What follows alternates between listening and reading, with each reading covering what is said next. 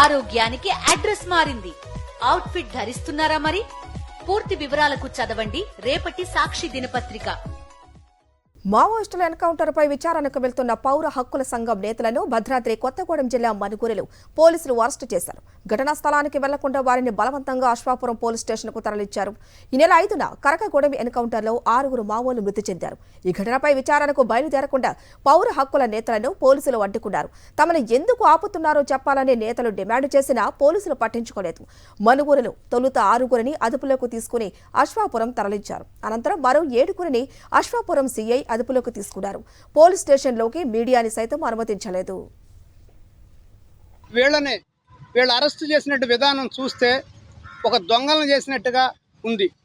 ఎందుకంటే రాత్రి బయలుదేరినటువంటి నిజ నిర్ధారణ బృందం పౌర హక్కుల సంఘం రాష్ట్ర నాయకులు ప్రొఫెసర్ గడ్డం లక్ష్మణ్, నారాయణరావు జనరల్ సెక్రటరీ వాళ్ళని అశ్వాపురానికి 4 కిలోమీటర్ల దూరంలో బస్సును ఆపు చేసి వాళ్ళని దింపి డైరెక్ట్గా తీసుకొచ్చి పోలీస్ స్టేషన్లో నిర్బంధించారు. అది మొదట 5:15 గంటలకి అరెస్ట్ జరిగింది. రెండవ అరెస్టు కరీంనగర్ నుంచి వస్తున్నటువంటి కుమారస్వామి మిగతా 5 మణుగూరు బస్టాండ్లో అరెస్ట్ చేసి తీసుకొచ్చారు 7:15కి.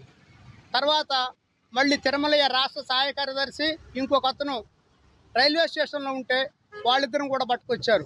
అంటే మొత్తం 13 రాష్ట్ర నాయకత్వం మొత్తానిగా కూడా మణుగూరు అశ్వాపురం పోలీసు వారు అక్రమంగా అరెస్ట్ చేసి తీసుకురావడం జరిగింది. దీన్ని తీవ్రంగా ఖండిస్తున్నాం.